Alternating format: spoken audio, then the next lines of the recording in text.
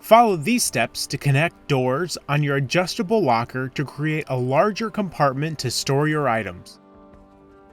You will need your parts kit that includes a door connecting mounting bracket, number 8 hex nuts, and a latch override pin.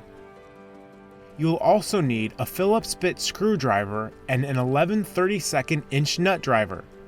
In this demonstration, we are using a locker that is connected to a host machine. To begin, place the hardware in service mode by pressing this button. In service mode, select Diagnostics, then Test Vend. Now select the locker bays you will be combining. We will be combining these 4 locker bays together. Then press Start. These 4 locker selections will open. Use the latch override pin from the kit and push the door latch in like so. Next, remove the locker shelf by removing these 3 screws with a Phillips screwdriver.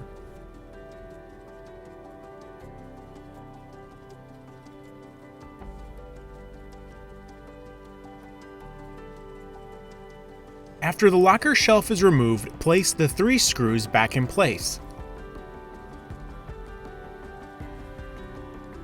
Now use an 11/32 nut driver to remove the nuts that hold the latch hook bracket in place. Keep the removed shelves and latch hook brackets in a safe place for any future use. Only do this to the selection numbers you will be removing. Then put the nuts back in place. Keep the latch hook bracket on the door for the selection you will use for the new larger locker bay you're creating. Make sure this selection is in the middle of the new compartment.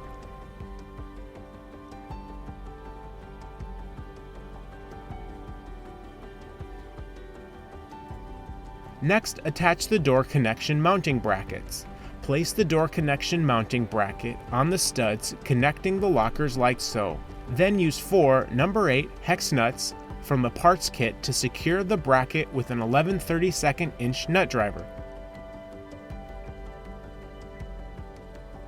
Once the door connection mounting brackets are secured, close the door.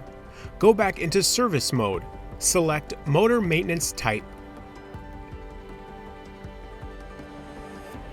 Go to Type and select Not Available.